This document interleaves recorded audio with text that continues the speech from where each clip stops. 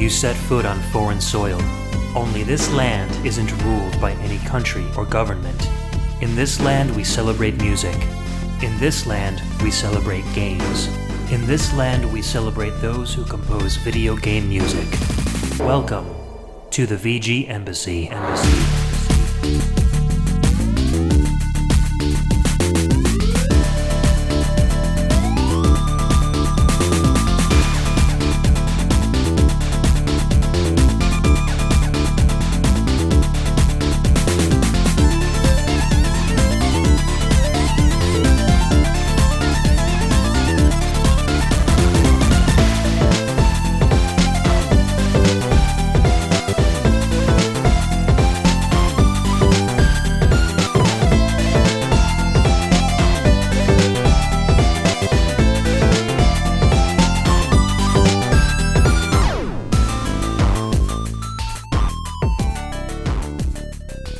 Welcome and thanks for tuning in to another episode of the VGMbassy. This is a show centered around video game music and the amazing online community of fans and podcasters that enjoy it.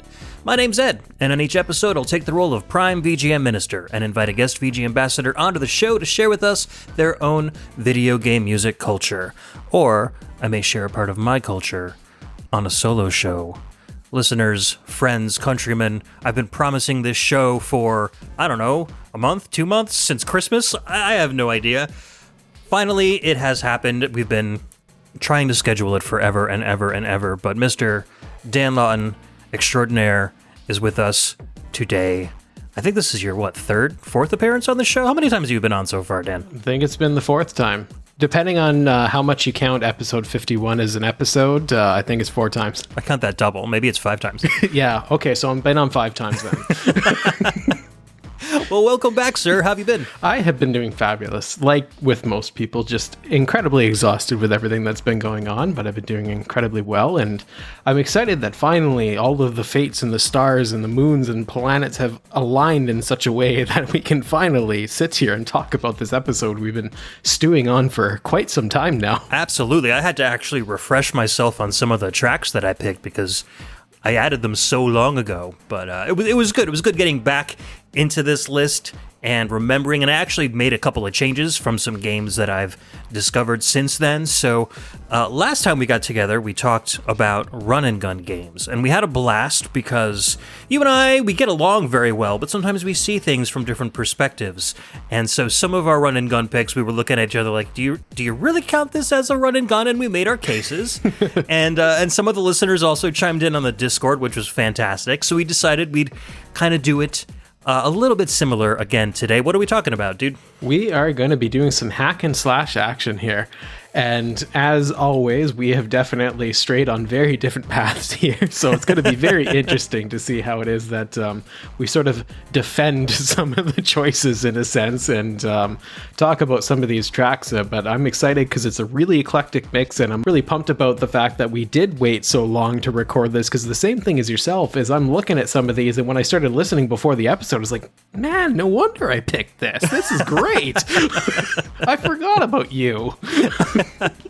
Yeah, I was kind of the same way, and I was also noting that usually when I have a VG Ambassador on and we do kind of a loose-ish theme like this, I'm usually the guy picking all of the modern soundtracks, and the guest is usually the one with all the retro stuff, but it's a little bit backwards this time. I've got a lot of classic arcade stuff. You've got a lot of last decade and a half stuff, so I'm going to be interested in seeing what you pick, because I'm not familiar with a lot of your games, and I'm very curious to hear more about them, because I hear about them all the time, but never really in terms of how they relate to the genre we're talking about. So it should be fun. Yeah, absolutely. I'm very excited. All right. So what do you qualify as a hack and slash? So we have kind of a context behind your picks. So for me, when I was trying to go through this, I was kind of going back to what you were referencing before, was more of that retro style, where I was thinking like, okay, it's basically a beat 'em up, but with swords. And I kept kind of going back with that, and I'm like, wait a minute. One, I don't know many old games like that. But on top of that, it's like, it's got to be a little bit more expansive. And then I thought about the sort of like pinnacle of what I think of when I think of the genre, and it's one that's obviously going to be very near and dear to your heart, and that's the Warriors franchise. And I thought, like, okay, to me, that's hack and slash. Like, especially in modern terms, running around with a sword, running around with some type of weapon like that, and you're slashing around on a battlefield, and it's just like chaos. Like, and so that was sort of my reference point when I was going there, was like, is this kind of Warriors-esque in some capacity? Is it like a 1v1 Warriors thing, or is it a big scale Warriors kind of deal? And that was the bigger reference point that I did with a good part of the tracks. And then I kind of went with the more retro-inspired games and kind of went back to what I was saying before, where it was kind of that, like, okay, it's kind of like a beat-em-up with a sword, and so I thought of Ninja Gaiden. And so is this kind of Ninja Gaiden-like in some capacity? Okay, yeah. So for retro and newer games, those were my two sort of reference points that I went off of. It's funny because when I think of hack and slash, I immediately gravitate towards, like you originally said, beat-em-ups with swords. You know, weapons is it's kind of like the prerequisite for a hack and slash. You can't hack and or slash without a sword and or some sort of blade, even possibly a blunt object you can get away with. But it's kind of like you can't use your fists. That's confound your conspiracies. Exactly.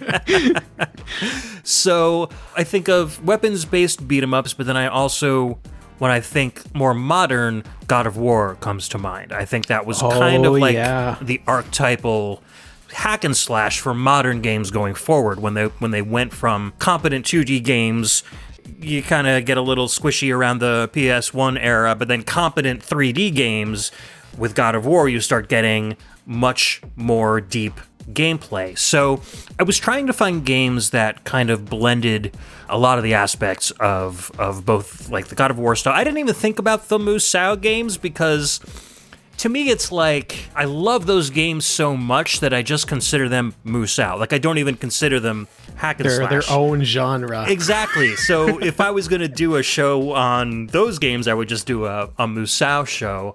I'd love to have somebody on that's a big fan of those soundtracks, and then, you know, do a VG Ambassador show with that. And actually, it's funny that you mentioned God of War, because that was actually one of the ones that I was kind of teetering on. I don't like the God of War games as much to play, but the soundtracks are spectacular. So that was actually one of the ones that almost made the cut. So that's interesting that was one of your reference points there. Yeah, I didn't pick anything from that either.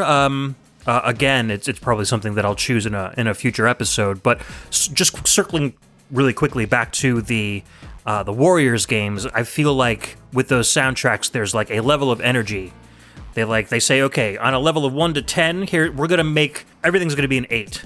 And that's where the songs stay. And it's just 8, 8, 8, 8, 8 for every song. Every minute of every song of every game is an energy level of 8. And it blends together so hard that it's so difficult to tell one song from another. I've spent hundreds of hours on those games, and I still can't hum a single tune to you in my head. So, like I said, I know there's people out there that love those games and maybe have more of a connoisseurish aspect or, you know, opinion of those soundtracks, and so I'd love to do something like that in the future. But all that aside, I think, unless there's anything else you want to talk about, we should probably get into our first track. No, I'm ready to get going because I'm really excited about this track. We have the Guardian Ape from Sekiro. It was released on PC, PS4, Xbox One in 2019, and it was composed by Yuka Kitamura. All right, been hearing a lot about this on the Discord, so I'm excited to jump into this one.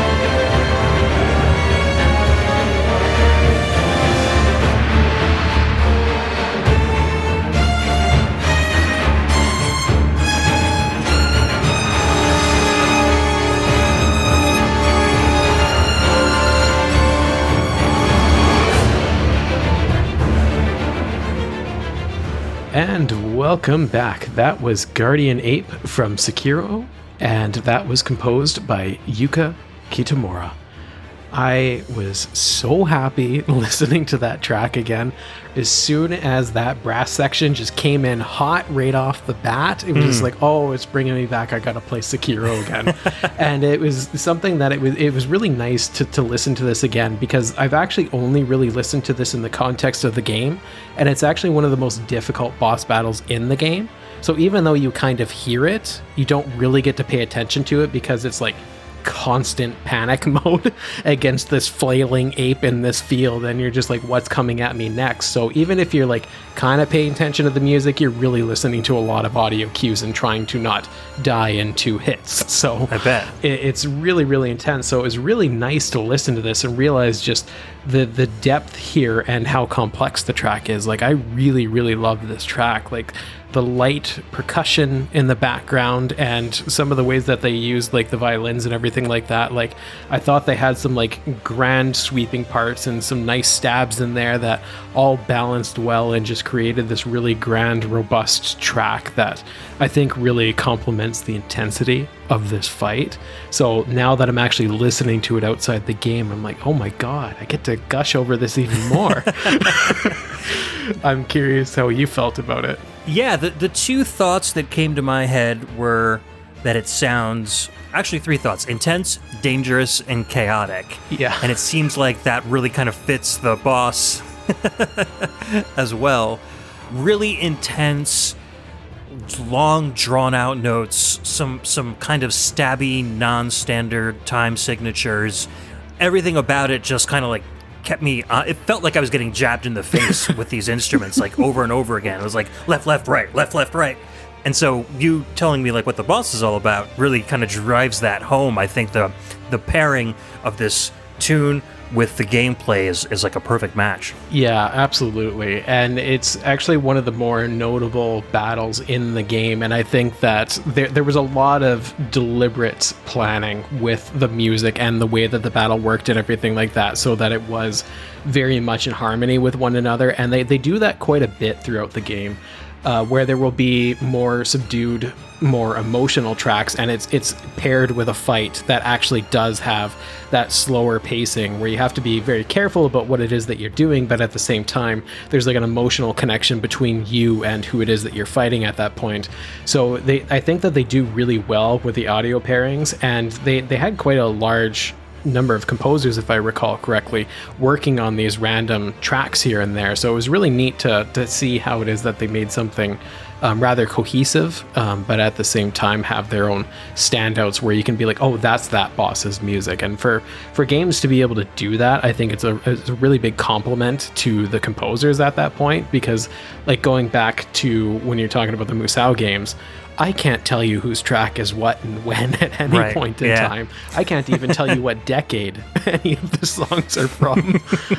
Whereas there's those very distinct moments, and when I think back and when I hear any of this soundtrack, it's like, oh, that's the butterfly fight. So I think that this is just a wonderful track and just does great in the context of what it is that we're talking about in the game. Yeah, it's the mark of a great soundtrack when you can immediately associate the piece with the moment in the game that accompanies it. So sounds like they did a great job with that. Yeah, absolutely. And for those who haven't heard Nathan and I gush about this game and talk about it a lot in the Discord, a large part of why it is that I think of this as hack and slash is because I think it really does, if we're going back to that God of War style, it's just more closely fitting to like 1 versus 1 fights where you have to be a little bit more careful with that, but it's still really robust, really quick, intense action. Like, you are not getting let up on some of them. Like, there's some of the bosses where they just charge at you right out of the gates and they just slam on you hard, so you have to sit there parrying all their attacks, and like you have to be carefully considering like, okay, how much do I have to be defensive here, because if I'm too defensive, they're going to stagger me and just take me out. When do I get my chances to be able to attack them? So there's a lot of strategy in that, and everybody's just slashing away. And so that's why it is that I kind of connected this as actually the first thing I thought about when we started talking about doing this episode. Of all of the things, Sekiro was my hack and slash go-to. That's cool. I mean, it sounds like it's been really popular as well. This sounds like it's kind of heavily inspired by the Soulsborne series. Is that kind of how it goes? Yeah, since it's the same developer, like I think that they had a lot of inspirations and a lot of connections to the Souls games, and they still wanted to have something where you can kind of get that essence of like the Soulsborne kind of style, but at the same time it's very different. If you go into this game playing it exactly like a Souls game, you are just going to be in Agony City, because they had it less focused on the dodging and using shields and that type of stuff and having to parry and strafe a little bit more with the way that it is that you're doing things, and also doing these kind of funky counterattacks. And so it plays in a very different style, but is going to be a treat for anybody who's a fan of those types of games. And the big thing about it too is that it's really quick, as opposed to the sort of slow, methodical nature of the Souls games, and you actually get to have a lot of platforming with that too, because you can jump all around freely and everything, and you have this grapple, so you get to actually scan larger areas and kind of go throughout and combine. You can go through it and do more stealth-based action in some of the sections before the bosses, so it's kind of neat to have that blend of like, you can go charging in and just slash away and get really good at those mechanics, but you can also be very careful and kind of dodge everybody and just go to the one enemy that you want to take out, if any, in some of these sections. So I think that they blended a lot of different styles and made it something very distinct, so it's not just here's another Souls game, we can't think of anything else to do. Yeah, the Souls games aren't necessarily known for their quick, nimble, airborne characters. No. So it's definitely a departure in a lot of ways. The difficulty remains, so anybody who loves the difficulty of a Souls game, they're definitely going to be right at home here. I personally put this at the top of the difficulty chain in terms of where all of these games are at, and I think a large part of that too is because it's single player only, so you can't just coast along by having a really good team kind of save you in a sense, and you just have to, for lack of a better phrase, get good. And that getting good, it's really, really difficult, but I feel like they balanced it in a way where it feels rewarding if you're willing to persist through it. But I can also appreciate why, if somebody started playing this game and was just like, this is just too much, I'm done. I get it. I really, really get it. I feel like I'd be more in that camp for sure. Yeah. But, let's move on to something a little bit more in my wheelhouse. We're going from tactical parrying to just brute forcing your way to each and every boss. Let's take a listen to the track Hope for Tomorrow. This is from Golden Axe, The Revenge of Death Adder. This was an arcade game released in 1992, composed by Masanori Takeuchi and Tomoyuki Kawamura. We'll be right back.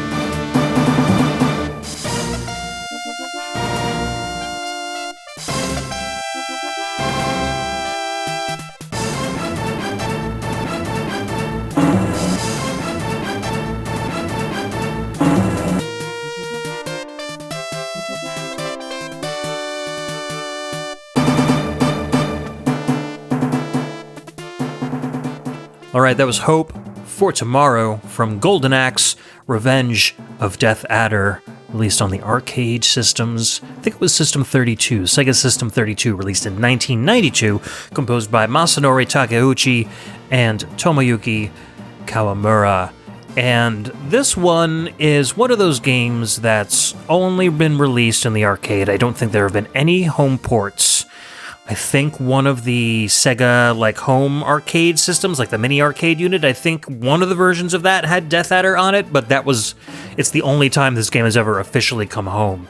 And it's a shame because it has a great soundtrack, it's a great game in its own right, and it's a whole lot of fun to play. So I don't know, I really enjoyed this one. You had some interesting thoughts about it, Dan. What'd you think? Yeah, I was kind of going all over the place because initially I was listening to it and I was sitting there thinking, it's like, wow, these samples are so weird. And if you listen to them by themselves, they would be so infuriatingly irritating. But together, they just work and blend in this beautiful way, and I really liked it. And then the thing that I could just not let go, as I said as we were listening, this sounds like an arcade version of an ActRaiser track, and I could just not let that go in my mind. And it instantly kind of made me like it more in a weird way, because the ActRaiser soundtrack is really, really good. And so it's just as soon as I paired it mentally with that, it's okay, I instantly love this more. I think it's a really cool track. It's got this weird sort of hopeful, heroic tone to it that I feel would work really well, and I could picture myself playing a hack and slash game when I'm listening to it, which I think is a testament to a really good VGM track, is when you can kind of piece together just by listening to it. It's kind of like when I think about your blind listen episodes, where it's just by these tones and these types of themes, I think I can see it being placed here, and I could immediately hear that heroic hack and slash side-scrolling kind of deal there. Yeah, for me, I think I would have placed this either in a hack and slash game or some sort of like a Ghouls and Ghosts and Goblins kind of a thing. I think it fits that too. But in any case, it feels like you picture barbarians, or you picture something that happened in the past. It's definitely not like a current day or sci-fi kind of a game at all. And those orchestra hits are definitely what remind me of some of the earlier stage themes from ActRaiser, for sure. Yeah. Coupled with that kind of a modern rockish feel. So I think Yuzo Koshiro did a great job at blending orchestral sounds with modern pop and rock music, and I think this one kind of has a little bit of that going on as well. It's got that energy and that kind of rhythm of a modern song with a lot of those more classic kind of instruments that you'd find in a big sprawling cinematic masterpiece or something like that. Yeah, definitely. And I think it would be a really interesting one, and I think would work really well. When you hear a lot of those oh, well, now we're going to take this 8-bit, 16-bit soundtrack and put it to an orchestra, this would work so wonderfully with that. I think it would just blend perfectly, and you'd be able to recognize the source material and recognize that the composition there and what it is that they set out to do was just perfect as it is, and then being able to switch over to that type of instrumentation would have just it's just a peanut butter jelly kind of thing. I don't know why that was my first sort of go-to there. Probably because we were talking about a lot in the Discord recently. But that sort of goes in my mind when I was listening through the track, and I'm really digging the tunes there. And it's something that it's okay, you know what? I could see me listening. I'm excited to listen to more of the soundtrack and not just listen to this song. Yeah, and if you do, you'll get a lot of very similar sounding tunes. It's a lot of really energetic stuff. If you enjoyed the original Golden Axe soundtrack, this one kind of just builds upon it, and it's not just a simple FM chip like the original Golden Axe had. This one definitely has samples. I don't have details on what the sound chip was or what kind of channels it had, but I definitely hear some FM, I definitely hear some samples here, so the composers had a decent amount of technology to work with when they were making the music, and it shows. Masanori Takeuchi is a longtime Sega composer, starting in 1992, I think, with Title Fight, and he's been with them. I think his last title with them was in 2004, and he's done stuff like the Harley-Davidson game that came out in the arcades, Virtua Golf, Virtua Fighter 5, Afterburner Climax was one of his most celebrated soundtracks because that's got an amazing rock soundtrack, and he's had a ton of retail CDs released around that soundtrack as well. So he's got talent, and it definitely shows in this one. The game itself, imagine Golden Axe on like steroids. A lot more color on the screen, bigger, more well-animated characters. Your standard trio of fighters, but they switch the gameplay up a lot by having different mounts. Everything from like weird praying mantises to dragons to like wildebeests and stuff, and they all have their own individual attacks. So whether you choose any one of your fighters, you've got those standard movesets, but then you can also get on all of these other rideable enemies, and your moveset completely changes. So I feel like that keeps the game super fresh as you're playing through it. And I know I've always dreamed of riding a praying mantis throughout the streets, so, you know, you kind of get to live out your fantasy in a game like this. Absolutely, and it's fun because you get to see the mantis kind of like scratch the enemy to death, just moving its arms up and down. You just kind of feel like the enemy's like, this is so annoying. What is this? Like, you wouldn't even know how to react to that if you were just walking up and it's like, okay, I've got this warrior training. I'm ready to do this. Let's go. Let's fight some. What is that? What is that?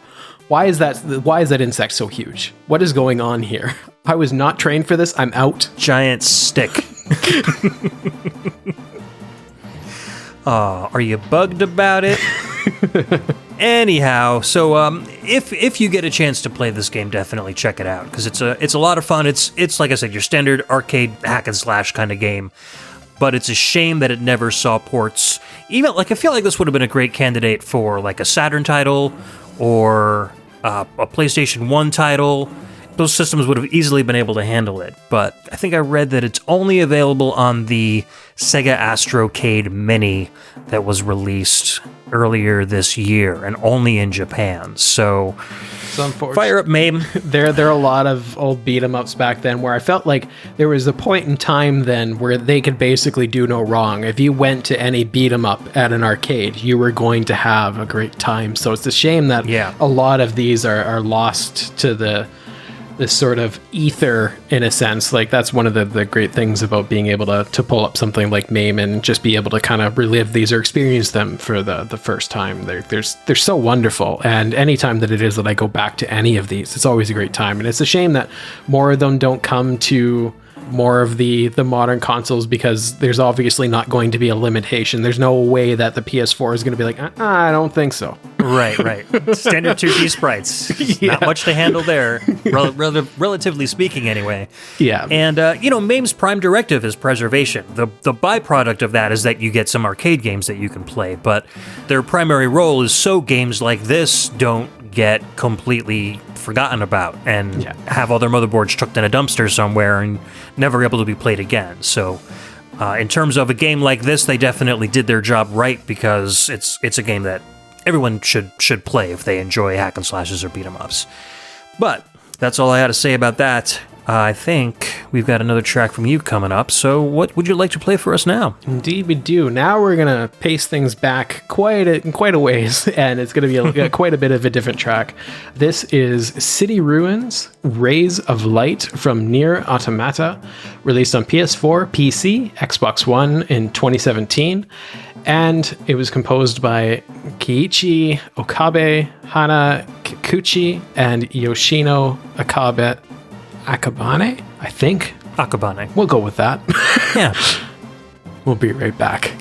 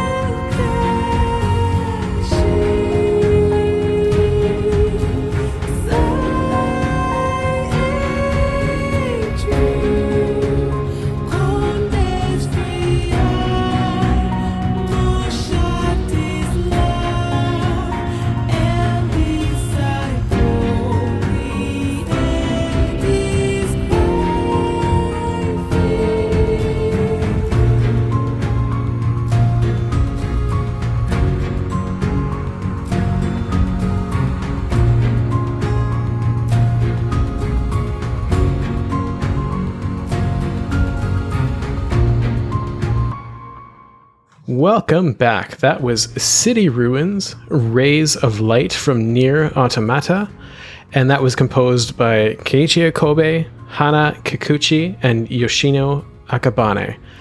And like I said, this is a total departure from the types of tracks that most people would likely think of when we're thinking hack and slashes, and certainly a departure from what we listened to before. It's really weird that I continue to listen to this track over and over and over again, because it's quite a long one, even when you were going through and saying, like, which is the correct song? And it's like, well, all 17 of them are the correct song, because you hear so many variations of the song throughout the game, and it's a very, very long game. And to actually experience the ending, they have different routes, and I think that you have to complete the game 5 times. So it's not like just redoing the same thing and getting a dialogue sequence, and now all of a sudden it's like, hey, here's another ending kind of thing. Like it's a very interesting way of going about it, and every time that it is that you kind of get to the new ending, you're like, oh, okay, what? Interesting. And then the more that you go throughout it, and then you get a new ending that sort of is kind of new, but also a connection to the previous one. Like, it's just a total mind-bending experience, and there's a lot about it. Then there's a reason that this game is praised a lot, and there's also a reason that a lot of people are constantly perplexed by it. And when you look up, like, what is this, there are like essays as to like what each individual thing is. Like, I think I kind of understand this, and it's like, I think you might not. So it's a really... It reminds me of like if David Lynch made a video game. Yeah, it really does kind of venture on that sort of absurdity, but there's enough of a connection that you have to the material that it's like, I want more, and I think I know what's going on. So it does very much have that David Lynch feel, where it's just like, regardless of whether you fully understand it or not, like, you're in there and you're loving it. Like, you're hooked on the confusion. That's cool. So this track it plays throughout the game on all of the routes, and in varying versions where there's vocals, no vocals, there's just more of the piano track, and then they add the more orchestral stuff. So there's a lot of different versions of it, and I've listened to it so much you'd think that I'd be sick of it, but there's this sort of weird comfort to it. And I think it's because of how they utilized it in the game. I feel like because they mixed it both in action moments, and then they also put it into the exploration components of it. So you sort of get used to it in a weird sort of way, where it's just like, you're not completely numb to it, because to me, it's a beautiful track. And again, not exactly what I would think of when I think of a hack and slash game, but the actual action in this game. I mean, this game is done by Platinum Games. They're known for robust, intense action. Like, you look at Bayonetta, and you look at some of their other titles, like, they are known for intensity. And when this... Very over the top. Yeah. And so when you go to battle in this game, like, you're going to battle. And so when this is still playing, it's like, oh, interesting. But because of everything that they do with sort of like the bizarro world of it, it works, and it fits in a way that, like, with David Lynch, or you think about whether you like him or not, Hideo Kojima, like, he's so confusing. Yeah. And somehow it's you either love it or hate it, and there's like basically no tepidness towards Hideo Kojima, because everything is just so weird, and this sort of falls into that. Like, I can't fully explain why it is that I like it, and I can't even fully explain what the heck I experienced, but I do know that I loved it. I think sometimes, as far as like the soundtrack goes, for sure, mentally one can get, like we were talking about with the Musou games, can get very tired of that level of energy equaling the level of energy on the gameplay, and just that juxtaposition of a very calm, almost sleepy song combined with a lot of action just feels like a fresh new experience. It makes the music sound different, but it also makes the gameplay sound different because you're doing it against a different backdrop. So in that respect, I think it's really cool that they did this. I appreciated it because it was sung beautifully. It's a very dreamy song, and I was listening, I'm like, in my headphones the music was kind of louder and the vocals were in the background, and I was like, is that it sounds kind of like English, but I couldn't make out any single individual word. So I was looking up the lyrics, and the lyrics are in some sort of foreign language. So I was like, all right, I'll plug this into Google Translate. We'll figure out what kind of language this is. It'll translate. I'll get the gist of the song, and then we can go from there. and Google Translate was like, what did you just give me? I have no... It's like trying random languages every time I hit the auto detect button, and none of it is Just stop doing this to me. I broke Google. How did you do that? What did you find out, Dan? Because you looked up something about it. Yeah, I found it really interesting, and it was an interesting tie-in to my favorite game, Shadow of the Colossus, in the respect that it's not really a language in and of itself. Like, apparently they blended a mix of, like, there's some Spanish, there's some English, there's some Japanese, and they kind of clumped them together in kind of a gibberish way, but then it was referenced that it was like Gaelic references and what they think of as what Japanese will be in 1,000 years. So it's kind of an interesting thing where there's a combination of like something to substantiate the sort of organization of the lyrics and the language in and of itself, but still at the same time it's nonsensical, hence why Google was just like, get out. What are you trying to do to me? I don't like you anymore. Gonna wake up tomorrow morning and my account's gonna be canceled. Yeah, get out of here. Yeah, so it was really interesting going back to that, and I think it's really cool when games do that. So it would obviously worked well here because it sounds good, and it would be very easy to do with just picking a language and singing these lyrics. But the fact that it is that they sort of didn't pick a language and still made it sound like it just blended and it just seemed so seamless and worked as if it was a language that we just didn't recognize that actually is amongst us, I think is really interesting, and a real compliment to the vocalist, all of the vocalists who are in these tracks. Like it's interesting that they're able to take essentially gibberish and make something so beautiful out of it. Yeah, absolutely. All right, so very briefly, because we're going a little bit long here, how does this fit into the hack and slash genre? I think this one kind of goes more towards the warrior-esque side of things. Like, there are a lot of moments where you have a lot of enemies around you and you are just non-stop slashing and jumping all over the place. It's kind of like a blend of the Warriors and like a Devil May Cry game in a sense. So you get a lot of that really robust, intense action, and you get it through the overworld with the plethora of regular enemies, these kind of autonomous robot cyborg thingy. It's weird to explain. Again, ties into the goofy story, but then there's also ties into the boss battles, which are really robust and really unique, and there's almost like a puzzle aspect to them. So I think it ties in well with that the sort of genre, what I think of as more of like the modern version of it. That's cool. This is one of those games that I think I really should check out. I think I'll probably enjoy this one. And I thought it was only on console, but I see you have PC listed, so maybe I'll check that out then. That sounds cool. And they just released a big update where there's a huge graphical update and some other tweaks and everything like that. So supposedly the newest PC version, like if you're going to play the game, that's the way to play the game. I'm sure my RTX 3080 will be up to the task. I'm sure it will. All right, ready for the next track? Absolutely. All right, so this one is a game I'm excited to share because it's an upcoming game. There's a demo out for free that you can play. I'm a Kickstarter backer of it. It looks absolutely fantastic. It's called Jitsu Squad. This is coming out hopefully in 2022 for the PC, Switch, PlayStation, and Xbox platforms. The song is called Frostjaw Fortress, and it's composed by Sebastien Romero.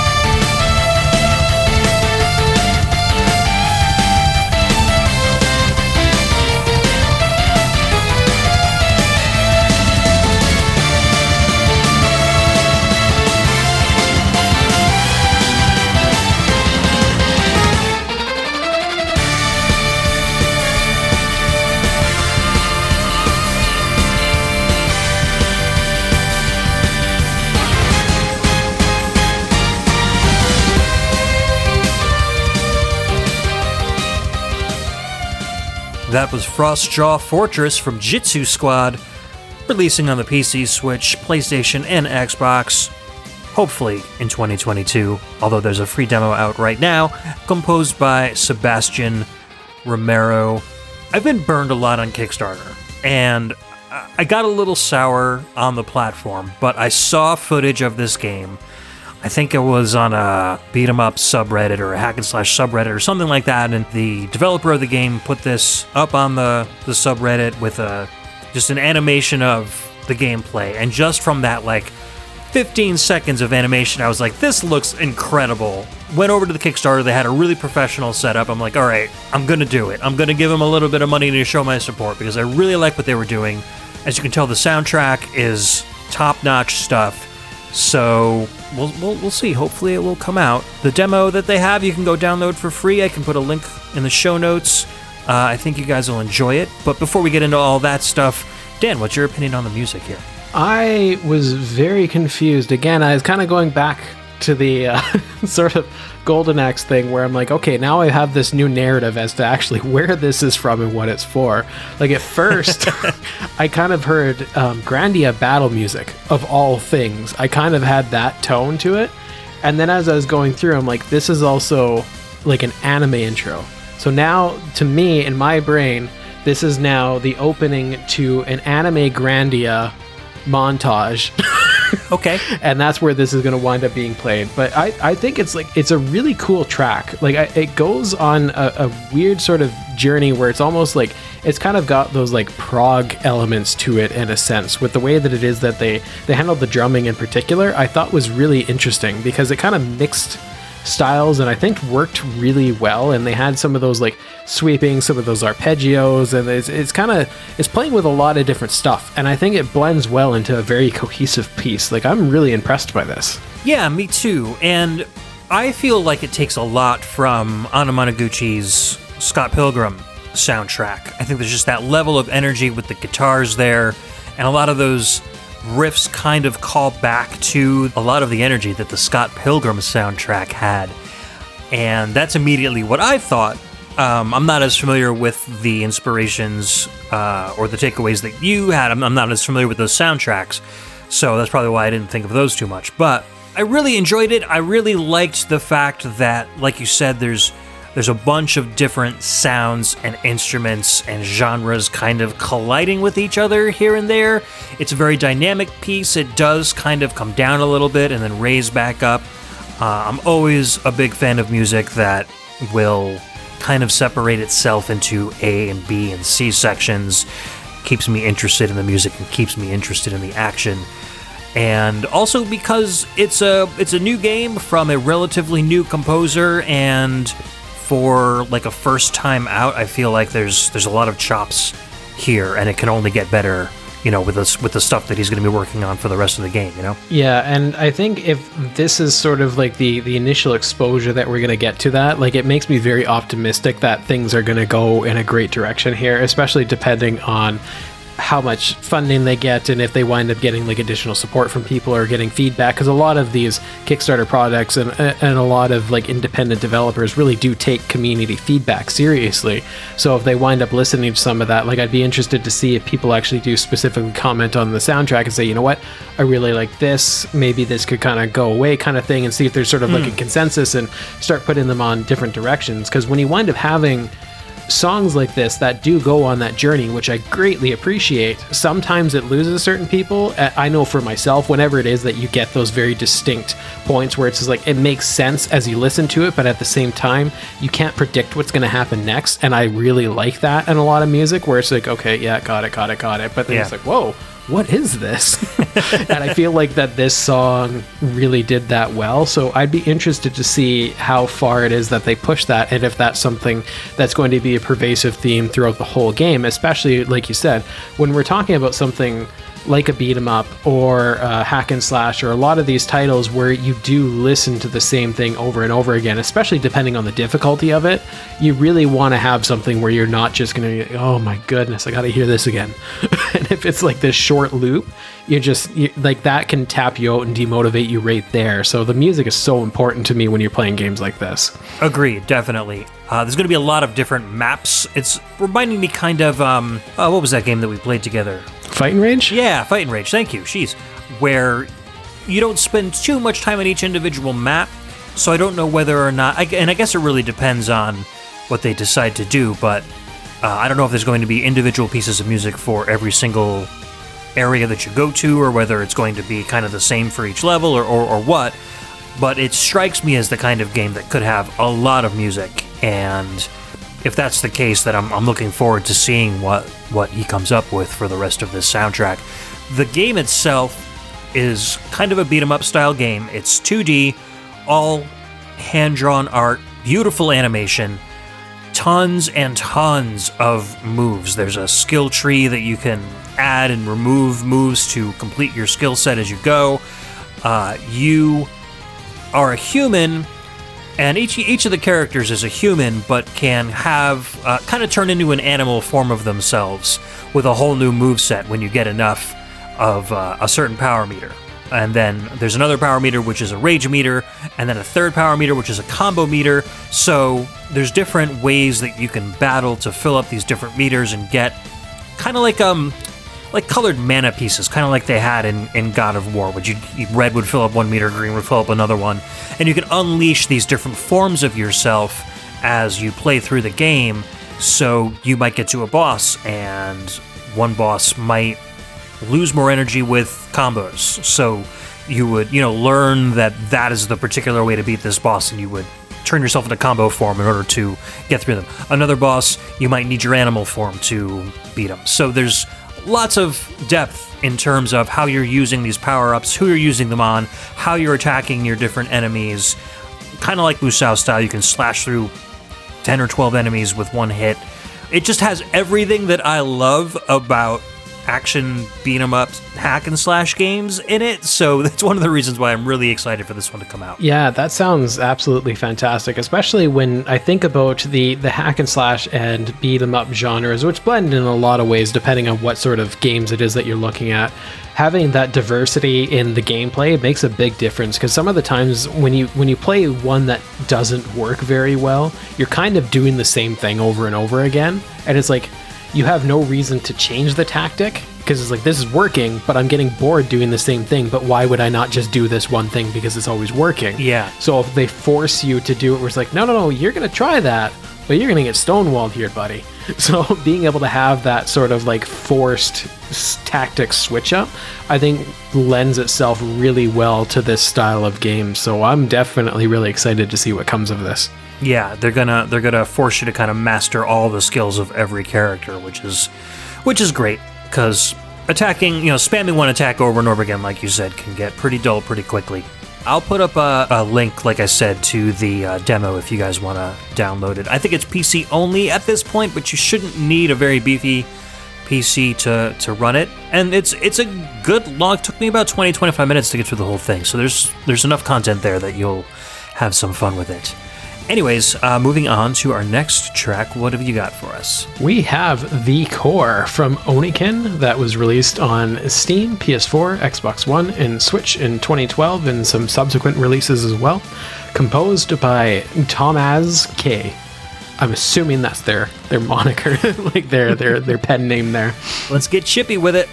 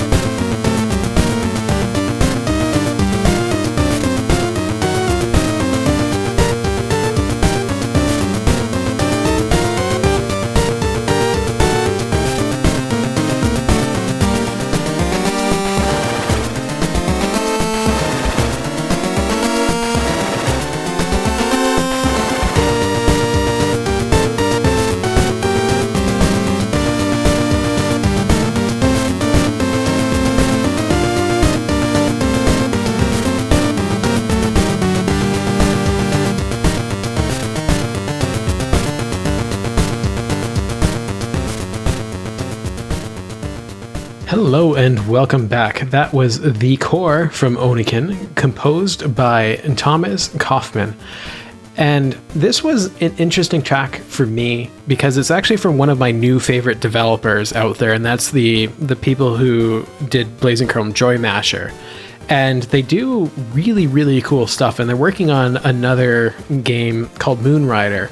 And they seem to be able to just pick composers that I feel fit really well for the mood that it is that they're trying to convey. And playing Oniken and listening to what Thomas came up with, I think it fits it really, really well. It's not the strongest track in terms of like the depth of the composition. Like it's kind of very flat in a lot of ways, but I think it's a really interesting one. And it kind of reminded me of listening to your other show with some of the demo scene kind of stuff, with some of those like when you kind of get some of those rougher tones and everything like that. But the actual composition I really, really enjoy. And as they kind of go towards that crescendo there, like I like that build up that they have. And I feel like there's like this kind of intensity to it that kind of puts you on edge. And I feel it works really, really well within the context of the game, because you're in the last stage there and you're just kind of like, what's going on? Because a lot of like just pure danger everywhere. So this kind of like rough, gritty track in the background is also sort of putting you on edge at the same time. Yeah, and so sure. I feel like they did really well with that mix there. Yeah, I got like Castlevania boss theme out of this one. And I got really hung up on trying to figure out what hardware the composer was composing on, because it felt like pure NES right off the bat. And then that lead melody comes in and I'm like, it sounds a little too organy to be like an NES sound chip. And then these weird samples were coming in and I was like, maybe he's just doing generic chip, because it doesn't sound hardware specific at all unless he's going for like an expansion chip or something like that. But once I got over that and the hardware music nerd like turned down a notch, I was able to really appreciate the music. And I love the texture of it. I think that's my favorite part of it. Yeah. I love the old school classic fuzziness and how it was composed kind of with that in mind, because a lot of these instruments together, all the fuzzies together kind of really equal this nice warm sound.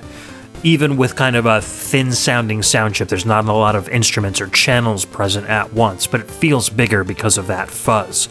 So I really appreciated that. I really felt like Thomas Kaufmann has a really good handle on how to compose with simple chiptune sound chips, and I'd love to hear like more stuff from him in the future. Yeah, it's a really cool soundtrack overall, and there's a lot of variety in the soundtrack. So listening to this, it's like I remember getting to this stage finally, because it's a really difficult game.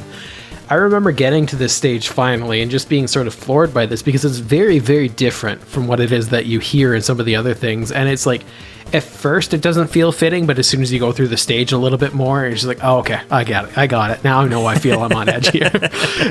So it's a really cool soundtrack. And this for me was one of the bigger standouts. And it was something that as soon as I listened to it, normally you and I, in terms of our musical interests, a lot of the times we don't really converge. There's a lot of divergence some of the time. Yeah. So as soon as I heard this, I was like, I feel like Ed would like this.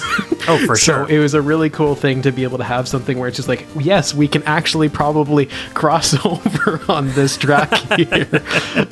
It's what a really cool thing. And it's a great game too. It feels more like a slower paced Ninja Gaiden in a sense, like for the NES Ninja Gaiden games. So when you think about the old chiptune and everything like that, like they kind of went that style with the graphics and the gameplay and everything like that. And it's a little bit sort of like clunky and rough around the edges because it was their first game, but at the same time, there's a lot of depth and really solid gameplay here that I think it's a really cool title, really great soundtrack, and it's like always on sale for next to nothing and gets thrown in bundles and everything like that. So it's something that like most people probably don't even know that they got for 99 cents at one point kind of deal. It's probably sitting in my Steam collection and I don't even know it. I think I remember Mike sharing a track from this way back in the Pixel Tunes days on like a free pick or something, and he was saying a lot of the same things that you were. So yeah, it's very cool. Definitely dig it. Definitely recommend it. You're gonna get your butt kicked for a little bit as you kind of adjust to it, especially if you try and play it like you would Ninja Gaiden. It's Ninja Gaiden-esque, but definitely not a Ninja Gaiden game. As soon as you get used to the mechanics of it, really cool title. I actually speed ran it for a while. Like I instantly got hooked on it. So I definitely recommend it, even as just like a once play kind of thing, just to sort of experience and listen to the tunes. Like especially the 5th stage as well is a really, really cool track, and it's one of the longer stages in the game, so you really get to experience that as well. So I highly recommend checking it out if you can. Sweet. Sounds good. All right, man, ready for the next song? Absolutely. Staying chippy here, we're going with an actual classic, another arcade game that never got released on any other platforms. This is from a game called Blade Master. This is Stage 4. This was released in 1991 by one of my favorite composers, Takeuchi Hayamura.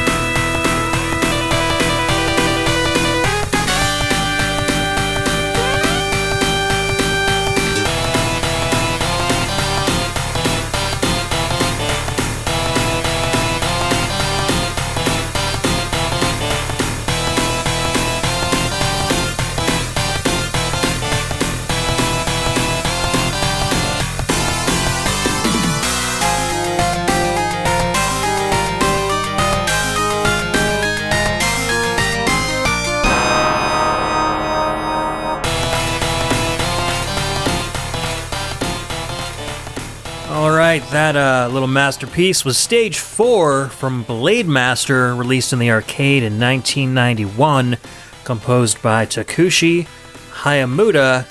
This is an old IREM game that I really accidentally stumbled on, and just was kind of playing to test out some new stuff that I got at my house to kind of play arcade games on a CRT TV. And it was kind of weird. I was trying to get the resolution right because I got an HDMI to S video converter. I was hooking it up to my old TV, trying to get the resolution so the text could be readable because it was all like super blurry because the resolution was too high. I started up an emulator, and I just picked a random game out of the Final Burn emulator list, and it happened to be this one. And I was like, okay, I'll try it out, and I'm playing through it, and I'm the game sucks. Like, the game is terrible. But the music was really blowing me away. There was some really good stuff going on. And so I did a little research, I looked it up, and I was like, Takeuchi Hayamura, oh my god, this is the guy that did Undercover Cops, all the Metal Slug series, Super R-Type, which is like one of my favorite Super Nintendo soundtracks ever. Oh, I'm starting to hear in my mind here. It's just like, okay, now I'm starting to piece some of this story together musically. Yeah. So what were your thoughts on this one? I thought this was a really cool track in terms of it followed a lot of what I love about like some of the old school prog music with the way that they had some of the drops and sneaking in that little bit of that slap bass here and there, and the percussion as well kind of had this like typical sort of like do, and then every once in a while she's like, okay, we're just gonna do this roll really quick, and it's like, okay, hello, where were you? Where'd you come from? And I felt like, going back to what we were talking about before, it kind of went on that little bit of a journey where you feel like, okay, this is what the song has to deliver. I kind of go, oh, whoa, what is this? It's got jazzy all of a sudden. And it was funny, like when we were listening to it, and I was just like, okay, where's the loop? Is this the loop now? And then all of a sudden we wound up getting another little like, hello, where did this come from? So it was really cool to listen to. I really liked that journey. I like the unexpected moments there where you kind of get that constant theme throughout it where it's like, okay, this is what the track is, but then it diverges and then it kind of comes back to it, so you kind of have that sense of like, oh, okay, I'm kind of coming back home, but we're gonna go on another journey off to the side here, and we're gonna keep coming back. And I feel like that loop worked really well, and it works well in a way where it's like, if it was just that one sort of little chunk there, if you were listening to that over that da na na na na and just kept listening to that, you'd be like, okay, I can't take this anymore. Right, exactly. So when it breaks, it's like, hello, and then you kind of come back to that comfort. So I think it works really well. It's an interesting thing in terms of like, it has that arcadey feel to it. Not what I would initially think of when I think of this genre and that type of music that would be placed in there, but it's really darn good. Yeah, I think the first thought that I had when I was playing the game before I did any research on it was, this composer thinks big. And he's using a sound chip that just does not have like the capabilities to do what he's thinking. Like, he's got some great ideas in this song, and he's just struggling with the limited capabilities of this sound chip. And so when I looked it up and I realized that it was Hayamura, I almost felt kind of relief. I was like, oh my god, I'm so happy that this composer was able to move on to more complex sound chips and like do things probably that he was trying to think of at this point, but just didn't have the resources to be able to put together. And especially like the Undercover Cops soundtrack, where there was an arranged CD released alongside it, where he could basically like, release the music as he intended, and then onto the Neo Geo with the Metal Slug series, and that 2610 sound chip had tons and tons, like more channels than you can ever imagine to play with. So it was cool kind of seeing where he came from, because I didn't even realize that he had done this game and anything that this was pretty early on in his career. So to hear that he was thinking like this even before he had the ability to really have just do it. Yeah, exactly. To have what's in his head come to fruition because he had the resources to do it. It was just so cool to see kind of like the roots, the prog roots. There's a little bit of like New Jack Swing in here, which is where he really got into that in Super R-Type and Undercover Cops. So it's neat to have all those little seeds of what turned into his bigger soundtracks down the line. Yeah, absolutely. Yeah, this was a really cool thing. And as soon as it was that you started saying some of those other titles, like, oh, okay, now a whole picture's coming through in my head, and I can see it there, because the Metal Slug and the R-Type ones are ones that I'm familiar with, and those are just exceptional soundtracks, so I can kind of see some of those, like, this is the, like, I'm practicing to get to this point. Yeah. Oh, yeah, for sure. And I think that's why he was put on the bigger soundtracks, too, is because he probably impressed the higher-ups at Irem with the music he was putting out for games like this. So, unfortunately, the game is like... The art is good. Like, the character designs are kind of generic, but the art is well done. Irem's art department has always been fantastic and very unique. But gameplay-wise, your dudes are just super slow. They kind of stumble from one side of the screen to the other. and you just kind of hit the attack button and stab the enemy. There's no combos, there's no depth to it, there's no blocking. There's like, you get a one forward attack and one jump attack, and that's it. And it's so like, I don't even think I got to stage 4 to actually hear this song played in the game. I looked up the soundtrack and listened to it separately afterwards, because I think after 2 levels I was done with this thing. Yeah. Not worth playing. Worth listening to the soundtrack though. That's kind of going back to what we were talking about, that Kickstarter game that you were going on and gushing about. This is the antithesis. Completely the opposite. This is learn from this and don't do any of this.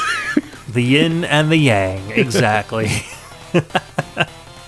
But I think we're going to head back to some other awesome playable games. This is actually one game that I do have some experience with. So what you got next? We have one that I just instantly fell in love with. I wound up having like a migraine or something like that so a while back, and I stayed home from work and I had a free thing from the Game Pass. So I was just like, whatever, I'll download some random games. And then Katana Zero showed up on there, and I'm like, I've heard so much about this. I got to have a go. And I'll have kind of a funny story to go along with it as we go through this. But this is going to be Hit the Floor from Katana Zero, released on PC, Switch, Xbox One in 2019, and soon to have a massive free DLC. So keep your eye on that. Composed by DJ Electrohead, who is actually Ludovic. Grab your glow sticks and giant raver pants, boys and girls.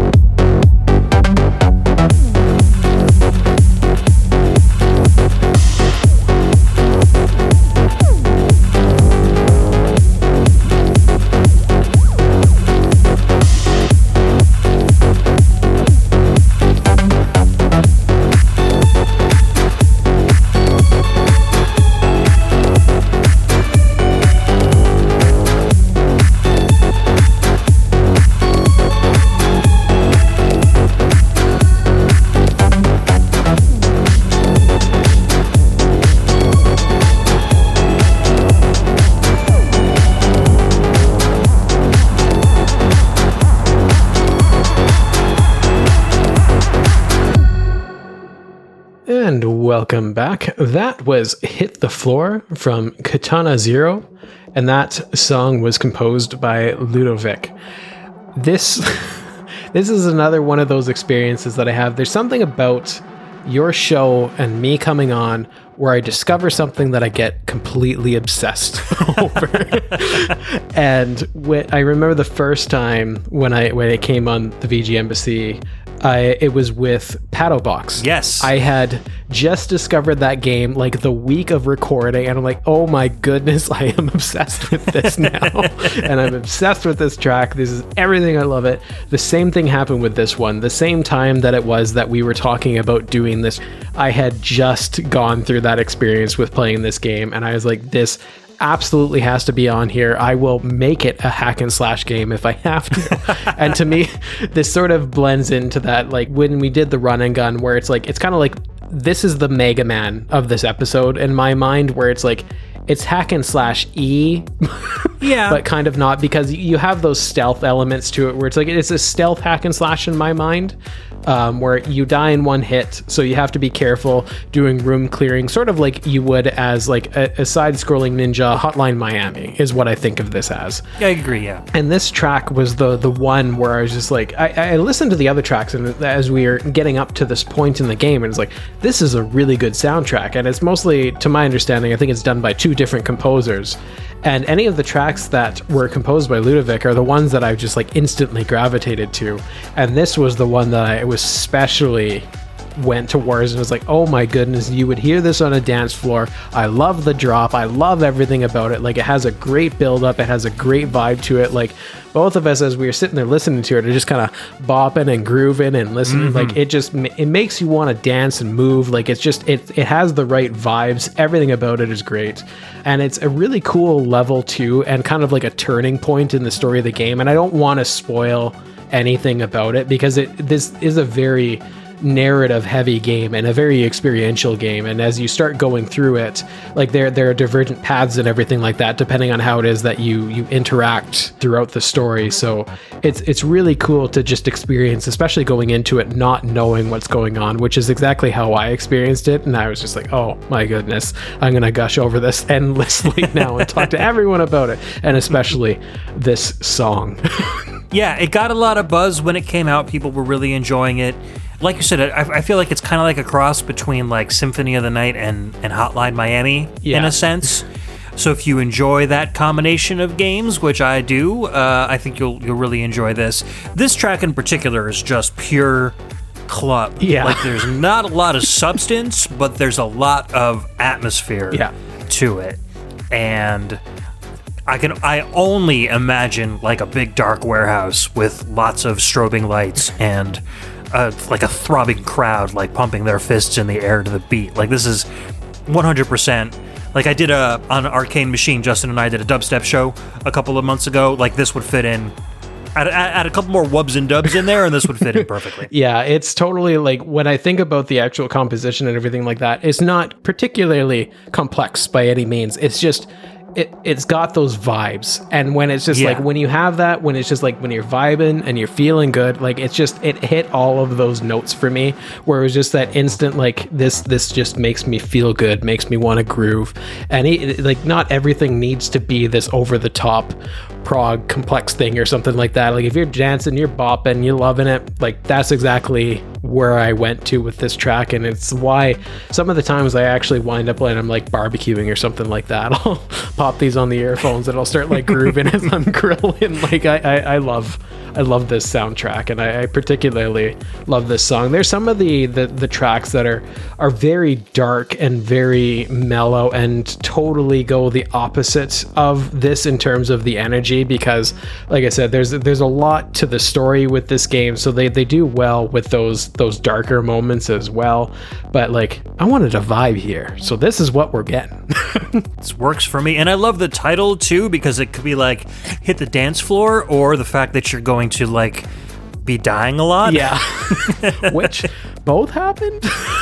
Exactly. Yeah, it's one of those games where once you get the rhythm, the gameplay down, kind of like Hotline Miami, once you get the concept down, you do a lot better, but you're going to maybe struggle a little bit while you kind of get your footing to figure out how the game is played. Yeah, especially if you go in and you're thinking like, oh, I can instantly kill things, just slash and go along, and then all of a sudden, once you hit that first, like, because it really is a puzzle game at the same time, like much like with Hotline Miami, like if you don't go in with a plan and think about the environments and things that you can pick up and how to interact with things and sort of plan around like, okay, if I do this to this person, this will alert this person, so I have to be prepared for that next action. Like if you don't go in with a plan, instant death, you're getting sent back to the start. See you later, bro. But at the same time, that's what I like about it too, and I feel like it rewards those, like if you're paying attention, it really rewards those deaths, because it's a single screen kind of game. That's like if you're playing like Celeste or anything like that, so it's not like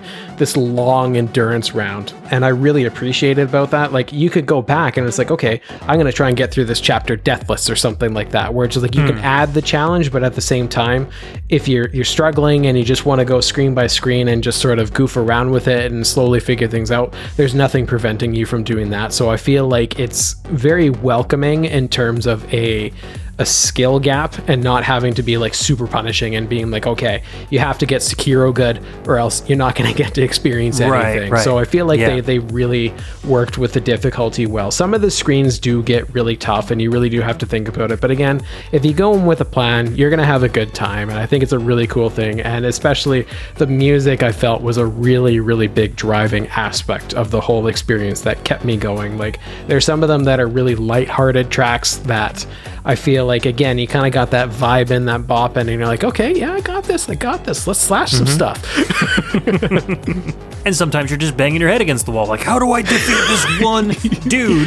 What is and going you'll be there on? for a while. Yeah, exactly. Absolutely. All right, sir, so I've got a game coming up. It's a good one, much better than Blade Master. We're going to be listening to Japan from the Neo Geo title Sengoku 3, otherwise known as Sengoku Densho 2001, composed by Toshikazu Tanaka.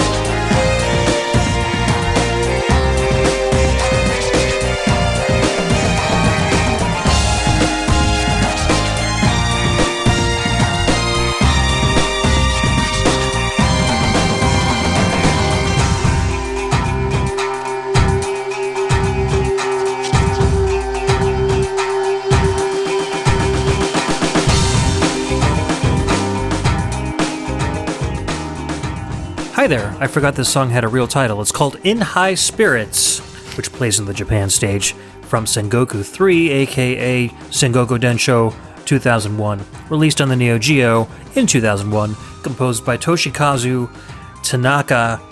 And this is one of those later Neo Geo games where the audio, it was streaming audio, but it was streaming from the sound chip inside the carts, and the only way they could do that is to kind of lower the bit rate and make it monophonic, which is unfortunate because I really like this tune. I feel like it would have been really good in stereo sound, CD quality, but it really holds its own even at the lower quality. It's got a very cool, modern Japanese sound. What'd you think, Dan? Yeah, I thought it was interesting. That my first thought was sort of like a Japanese Western. Okay. Like that kind of combination of things. There was something about the way that they did some of the work with the flutes and the drums that I don't know why I immediately sort of kind of piggybacked on a little bit of that Western vibe that you would wind up getting from, say, like Quentin Tarantino's movies some of the times when he kind of does that blend of things. Yeah. So that's the sort of vibe that I got. And then it was really interesting listening to some of the more subtle stuff that they were doing. Like I was listening, and it's like, is that record scratching? Like, so they picked up some little interesting elements here that to sort of keep it fresh in a sense. And I thought that was really, really neat. The way that they were able to kind of blend a few genres and make something that was sort of standing on its own. And I don't think of this as associated as any sort of real game in a sense. So the fact that it's in sort of a hack and slashy beat 'em up, I find is a really interesting thing. Do you know like what the context is within the game that it appears? Well, I mean, it's just regular background music for the Japan stage. Okay. So the level itself is kind of traditionally Japanese. You've got the paper screens in the back, or the rice paper screens in the background. Lots of like bonsai trees everywhere. The concept behind the Sengoku games is that you kind of travel between the modern realm and the spiritual realm. Okay. And you normally start off in the modern day contemporary Earth, fighting against some kind of like samurai and human-esque characters, and then once you get to a certain point, you'll step onto like a mystical thing on the floor, and then you'll rise up in a cloud, and then you'll end up in kind of like this spiritual realm where everything gets a lot more mystical and there's dragons and stuff. So the song takes place in the Earth realm, which is I think why it sounds kind of urban and a little more like hip-hoppy or poppy. Yeah. And then normally when you get to the spirit realms, you'll hear like very traditional like shamisen music and like kabuki style music, and it'll just get very kind of mellow as you're kind of walking through these like really ethereal kind of areas, and then you can get superpowers and turn into animals and stuff. So I think that's why they make this song sound so much like it does at the beginning, because they're really trying to juxtapose it as much as possible with the very traditional music that takes place in the later half of the stage, Yeah, that sounds really interesting. And I could, when you're saying it that way, I can totally see it fitting in terms of the sort of vibes that you would wind up getting and how it's going to wind up being connected and be something cohesive where it doesn't feel out of place. And I know that that's some of the times that can happen with certain games where you listen to a song, it's like, this is really cool, but why is this here? This just doesn't feel right. How like, did you compose this for a different game and just happen to plop it here kind of thing? But it sounds like it's actually quite fitting for the mood and the type of vibes that they were going for. So that's kind of interesting. Yeah, the game has, I guess the best way I could describe it is like a medium pace.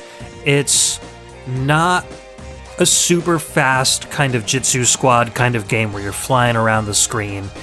Your characters are very detailed, very well animated. Like I said, it's a later Neo Geo game, so they were really going all out on the graphics and the animation and the music. Sengoku 3 was made by Noise Factory, and they were also responsible for a lot of the later Neo Geo games like Metal Slug 3, Rage of the Dragons, Matra Melee, the King of Fighters Maximum Impact games. So they did stuff for the Neo Geo as well as like up ports of those Neo Geo games to the PlayStation 2 and the Wii and the DS. So they were all about kind of getting the most they possibly can from the systems that they worked on. So that's this kind of game. There's a little bit of sacrifice of gameplay because of all of the like extra animations and stuff that they put in. So there's extra time to do these animations, which kind of slows the gameplay down a little bit. So it remains fun, but it's also very flashy and kind of really nice to look at. So that may affect somebody like you, Dan, who likes to play fast. It's come up once or twice, yeah.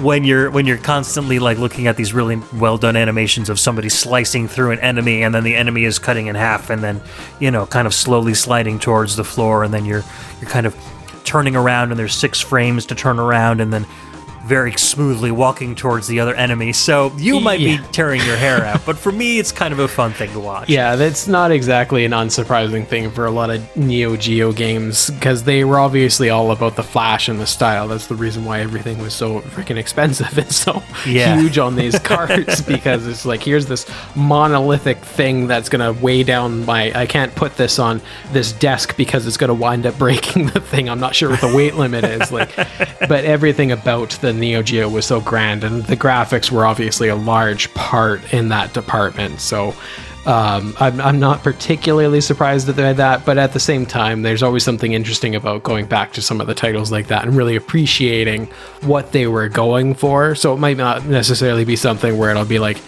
on edge, ready to go, and I can't wait to replay this kind of thing, but I can always go to those titles and appreciate what their objective was and kind of draw from that. Maybe not necessarily be like, oh yeah, I'm going to keep playing this over and over because I love how slow it is.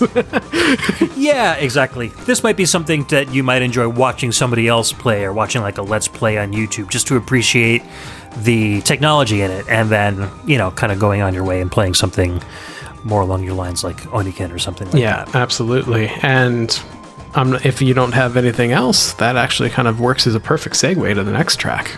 Yeah, man, go for it. What you got? Well, now we have the antithesis of going slow, and that's with Devil May Cry 3, which is about as speedy as you're going to get with a lot of the action-y hack and slash styles. Still very stylish, though. Yeah, very, very stylish. You get points for it. So this is Lady Battle from Devil May Cry 3, originally released on the PS2, and if you know anything about Capcom, they love re-releases, so it was re-released on just about everything else and every type of compilation imaginable, but the original release was in 2006, composed by Tetsuya Shibata.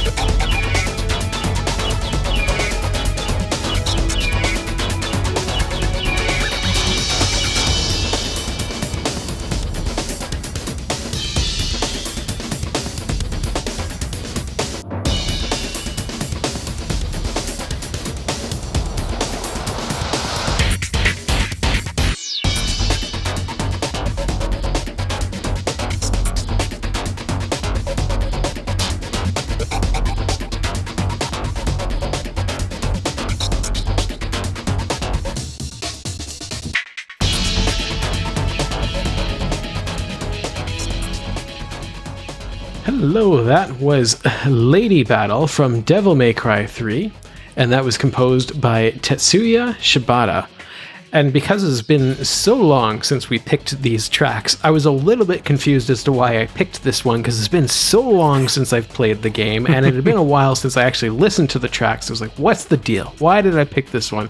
Because I find the Devil May Cry 3 soundtrack, a lot of things sort of blend together in terms of the action-y type stuff. Like, you get a lot of those like heavy, chuggy guitars with a little bit of electronic stuff in the background. Yeah. But then once we started listening, I was like, oh, that's why I picked it, because this is the opposite. It's a very standout track, on the OST, because you have a lot more of the electronic vibes being more pervasive here, and then you kind of get that like chuggy guitar that you would wind up having in the background as more of like a complement to the electronic music, which I really liked that reverse, and it's something that worked really well, and I think works well in the context of where it is in the game too. Like, I think it's a really cool theme for a fight, and it almost kind of reminds me of like some of the style that they would go for in like the Mortal Kombat movie. Oh yeah, definitely. And things like that. Like, I really dig it. How about you? I like the production on this one.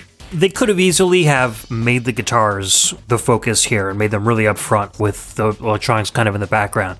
But they chose to do the opposite, even though most of the soundtrack is very guitar heavy. And I think the decision to do that on this track was a wise one, because a lot of the electronics in the foreground, a lot of those synths, have some really cool stuff going on. And I think because when you're fighting Lady, I'm trying to remember the storyline behind this one, because Lady's usually an ally, yes, if I'm not mistaken. Yeah. So I think this is where you first meet her, and you're kind of fighting against each other until you realize you're on the same side. Yeah. So I feel like that's why the music isn't as intense, because it's kind of like as the story goes, like the player knows that they're both on the same side, but the characters themselves don't realize it yet. So it's got this kind of when are they going to finally figure out that they're allies? Yeah. But I have to fight you anyway until we figure this out. So the music kind of, I think, reflects that a little bit. It's not as intense as it usually is, and in that kind of composer directive of not being as intense, it ends up being one of the best pieces of music in the soundtrack. Yeah, most definitely. I think it's a real standout track, a real standout moment in the game, and I think it's kind of cool too, because a lot of the game and a lot of the music, when I think of this game and I think of a lot of the things that they did, I feel like Devil May Cry is sort of like if you looked up like cool on DeviantArt, like a lot of these sort of motifs and everything like that, they kind of clumped a lot of these things together, and then this sort of grungy guitar kind of stuff was like really popular. It's like, oh yeah, here's the cool badass kind of thing. So I felt that they did that a lot throughout the game, so it was kind of nice to have something that was a little bit different from all of that. And I feel like it's something where when I go through and listen to the soundtrack, it's where my ears sort of pick up a little bit more and just like, oh yeah, I kind of forgot about you. You're cool. I like that. And especially with some of the things like where they have that little bit of a drop in the song and then they bring that back up with that guitar, it's just like, okay, that's neat. So they kind of play around with some things, and much like some of the other games that we've talked about, when I'm thinking about like the hack and slash kind of stuff, like this is a really action heavy game. So when they think about it in the context of the game, you don't really get to appreciate the full soundtrack and all of the pieces of the music and what they put into them.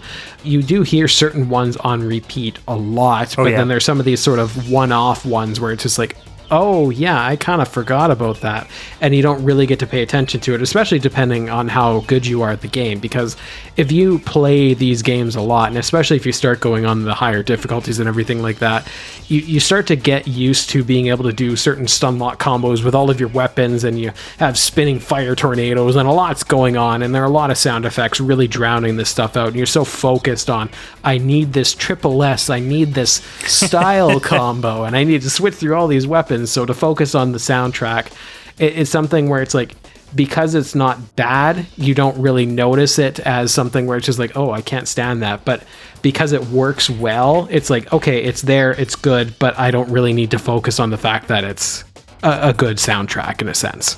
Right. It's very much BGM in the very literal sense. It's in the background. A lot of the music in these games is very industrial. Like they had Comic Christ do the soundtrack for, I think it was DMC, the one before the latest one, and they're like a legitimate industrial band with roots in very classic industrial music. And so for me, that music really stuck out because it's in a genre that I appreciate.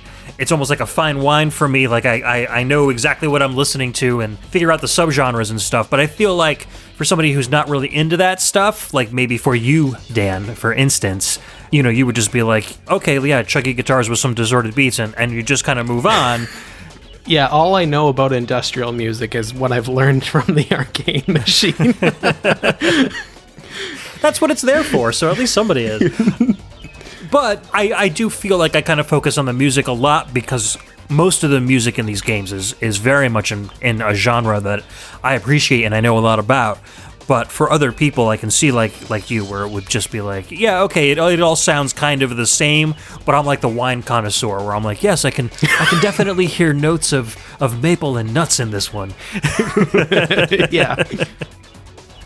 But it's good. It's nice that there's a AAA title or a series of titles out there that kind of brings industrial music into the forefront. And it's a good series, too. I've played all of these games and love them. I recently went back through all 3 of them on the remastered re-releases and had a lot of fun with them as well. So, you know, I look forward to them when they come out. Yeah, absolutely. And especially, I think about these games, and I love the fact that they have a lot of different options for people of varying skill levels and everything like that. Like, you can go on the easy mode and just breeze through this. You can get a ton of upgrades and you can just become overpowered and absolutely obliterate everything, which is really cool. But then you could also wind up going through on the one hit you die mode and have a heck of a time. So there's a lot to really appreciate about these games, and a lot of diversity in the strategies and everything like that. Like when we were talking about the sort of hack and slashy beat 'em up stuff, when you think of the Jitsu squad versus Blade Master and then stark contrast, this is the Jitsu squad of things, where you're able to do a lot of different things with a lot of different weapons. Yeah. But then if you're just like, I want to just smash stuff and listen to some chuggy stuff and just embrace kind of a corny, cool story, then you have that option as well. So I highly recommend the Devil May Cry games. The chances of somebody listening to this and not knowing what they are and haven't formed an opinion on that are probably pretty low, but you never know. It's true, and Capcom's just really good at that. They're good at making games that beginners can get into, but that, you know, experienced veterans can find a lot of depth in as well. You know, Street Fighter's like that, is the same way. So I feel like we should get on to our last track of the evening, going from a very popular AAA series to an extremely obscure, kind of homebrewish Genesis title from 2019. This is the Bad Ending tune from a game called Tanzer, which is German for dancer, composed by Johann Agurin, otherwise known as Slashes. We'll be right back.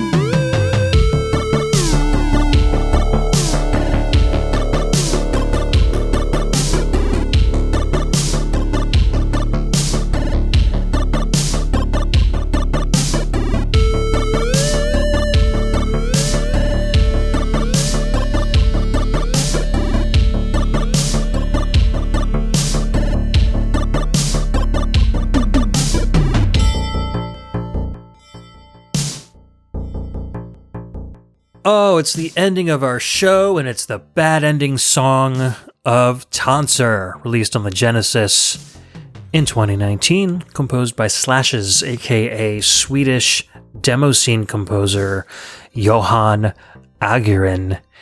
And I don't even remember how I found this one. I added this one super early in the track picking for this show, which was several months ago, and listening to it again, I was struck. I think both of us were struck by how un-Genesis it sounds, you know? Yeah, I was a little bit surprised by that, because if I didn't see the note there saying that this was a Genesis game, it did not just say that I could purchase a Genesis card of it, I would not believe that this was going to be played on a Genesis, because these samples and the sound, like, it doesn't remind me of what I would think of, like, say, going back to when I absolutely gushed over Contra Hardcore on the show. When I think of those tunes and the sort of fuzziness along with them, and that sort of grungy, that FM sort of, and some of the farty bass that you would wind up getting from a lot of old Genesis tracks. Like, yeah. None of that was present here, but it's really, really cool. It's a great track. And it's interesting because when I was listening to it, I was actually kind of thinking of the ending of Donkey Kong Country 1. With the long, drawn-out, spaced-out notes and everything like that. Like, I had very much those same vibes. And so there was instantly this sort of, like, warm, comforting feeling and a nostalgic aspect to it. It's a really cool track. I can definitely hear it as, like, a bad ending credit kind of thing. And there's, like, those are totally the vibes that I get. And it's really neat. I liked that they had things very sort of subtle in a lot of spots, but then every once in a while they would kind of bring it up a bit with some of those little stabs from the synths, and then they would bring it back down and be a little bit subtle with things. And it kind of went on that little bit of a journey, but also sort of stayed familiar the whole time. And I thought it was really cool. Yeah, I like the very 80s snare hit. You know, it's so pronounced. Yeah.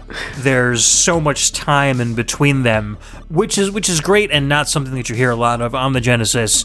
And I feel like a lot of that, when we were kind of talking about this while we were listening to the track, is a lot of it is the newer sound drivers and the newer composition tools that are available for the Genesis and a lot of the FM chips that are out there. They're much better at handling samples than the older, very staticky, samples you used to get in game carts.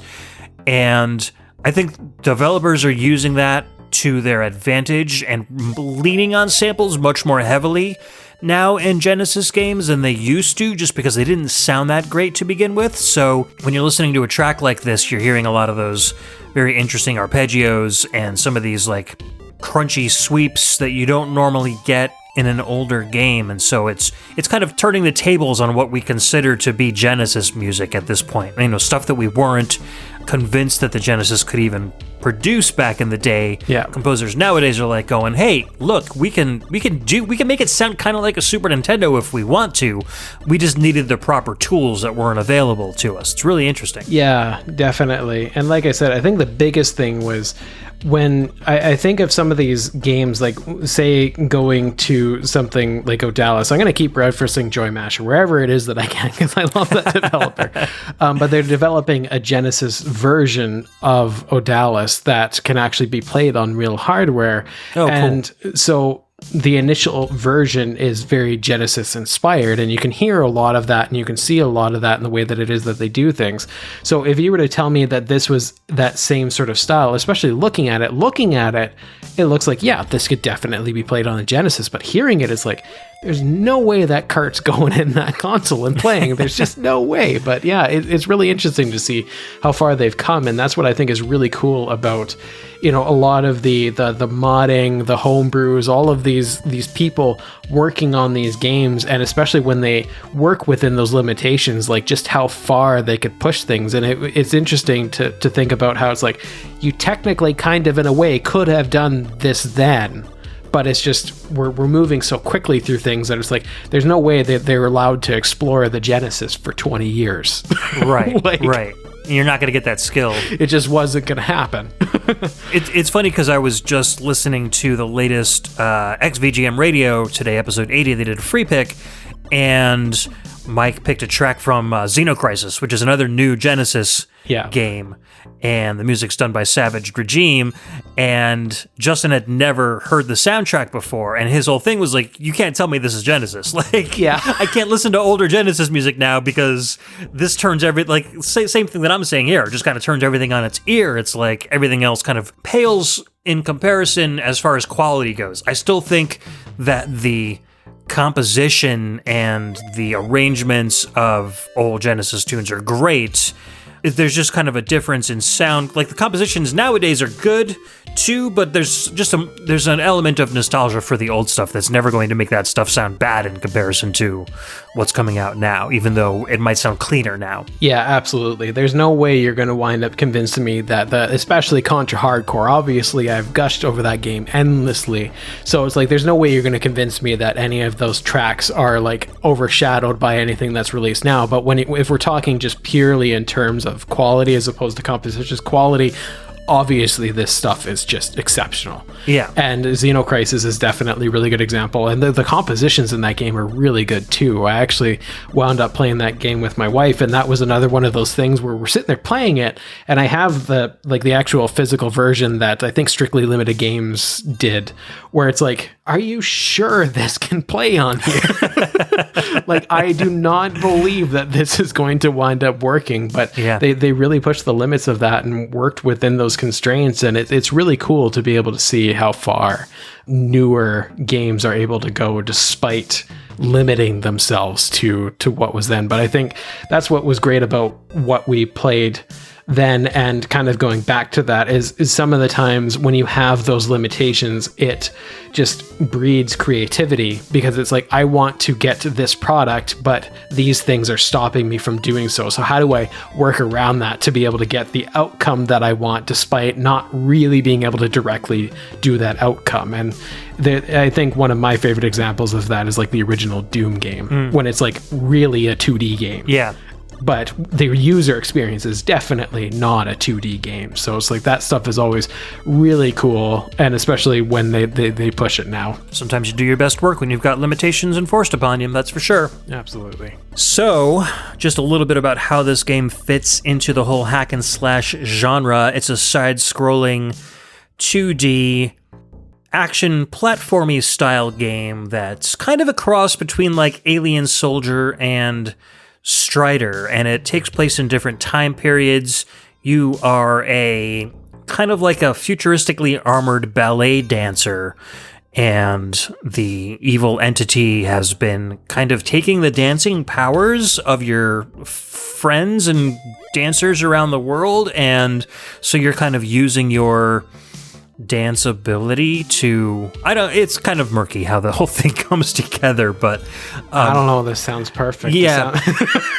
Suffice to say, you're using your grace and your hyper slashing ability to take down all of the enemies, and Dan, you were looking at some footage and you thought it looked pretty cool, right? Yeah, absolutely. I'm definitely going to be checking this out as soon as I can. I'm always busy these days, but it's one of those things where this looks like something where you can just sort of like plop it in a console and play it for a couple of hours sort of thing and be like, yep, that was fun. And then you kind of move right along, which I appreciate sometimes. Like, especially when I think about modern games, like I'm playing through Ghost of Tsushima right now, and I feel like it's going to take me like 7 months to finally finish that game. So it's nice to be able to have something where it's just like, okay, I've actually feel like I've accomplished something in this hour and beaten this game, and I've had a good time, and I can move right along. Yeah, I feel like there's probably a good 45 minutes to an hour worth of gameplay in here once you get good, as you say. So it should be fun. But that said, I think it's about time to wrap up our show. We've had, a lot of different music today. Any standouts for you? When I'm kind of going back on some of these, I actually think for myself, it's both of our intro tracks.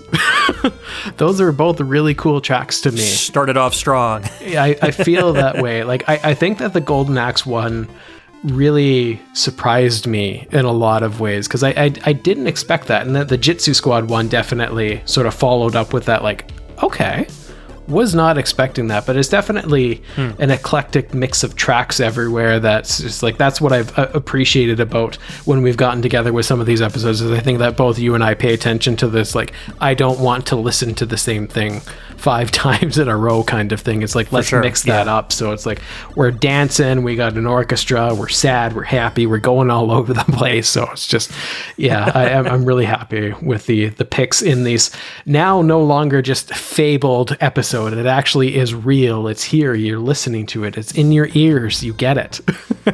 we had a joke going on for a while where the next episode was going to be Dan for the next 10 episodes. But it would never actually happen. Actually happened sooner than I thought it would, which was awesome. As far as standouts for me, the Oniken track I really liked. And like I said, I like when it kept me guessing as to what kind of chip sound the composer was going for. So I'm gonna have to maybe try to find some interviews with the composer and find out what their inspiration was for the sound, the general sound of that soundtrack. Yeah, definitely. And, try to understand that a little bit better. But tons of great games you guys should check out, some games that you guys should avoid, some games you can download free demos of. I think you can find Tanser for free too on the web. If you didn't want to buy a physical copy of it, you can get the ROM at no charge from the developer. So if I can find that link, I'll add that to the show notes as well. Dan, thanks for hanging out with me. I'm glad that we finally got this done. It was a great time. Thanks for having me. It's always a pleasure. I always have a great time on the show, especially because, like I said before, I always find a new game to just gush over. Hello, Katana Zero. Agreed. And, maybe for our next show, maybe some of our listeners or Discord friends maybe if they can suggest some topics that we can tackle together. I think that might be fun. Absolutely. Always down for that. Always up for a challenge. Anyways, I'd like to thank Indira J for the art and Trevin Hughes for our podcast theme song. If you want to hear more VGMbassy, you can find us on iTunes, Google Play Music, Spotify, Stitcher, anywhere where fun podcasts are found. You can find me on Twitter at the VGMbassy, and you can head over to thevgembassy.com and check out all of our links to all of my shows and get a link to our Discord. There's a permanent invite to our Discord on there, and you can hang out with Dan and me and lots of other VGMbassy guests and chat about music and games and families and all sorts of stuff. It's been fun. Very active over there. You can also head over to patreon.com/thevgembassy and check out my Patreon site. You can find out how to contribute a little bit each month and get some goodies like guest spots on the show, suggest topics, participate in blind listens, do all sorts of crazy stuff, and as a Patreon patron, you get a special thank you at the end of every show, especially our tourists. Cameron Childs, a.k.a. Bruce Irons of the Mad Gear Band, Daryl Bowers, Chris Murray, and Bedroth. Our VGM series, Chris Myers, Ben, the Dyad Dishman from the Dyad Presents a VGM podcast, Chris Steenerson from the VG Jam podcast, Jordan Worma from the Table to Stage podcast, Mike Stark, Muddle Madness, and Kyle Kroll, our audio attaché members, Cameron Worma, Carlos from the Heroes 3 podcast, Scott McElhone, and some guy named Dan Laughton. Our special agent tier, Volt Supreme from Volt Supreme's VGM Dream Stream Machine, and Ryan Steele, and our VG ambassadors, Frank Lee Zappa, and the patron saint of VGM podcasts, Alex the Messenger from a VGM Journey podcast. All right. Dan, thanks again for hanging out. I had a blast. Same here. And I will see you guys in probably another month. I've got a good idea for a solo show, so I'll try to get that together and get it out ASAP. In the meantime, stay safe, keep listening to awesome VGM.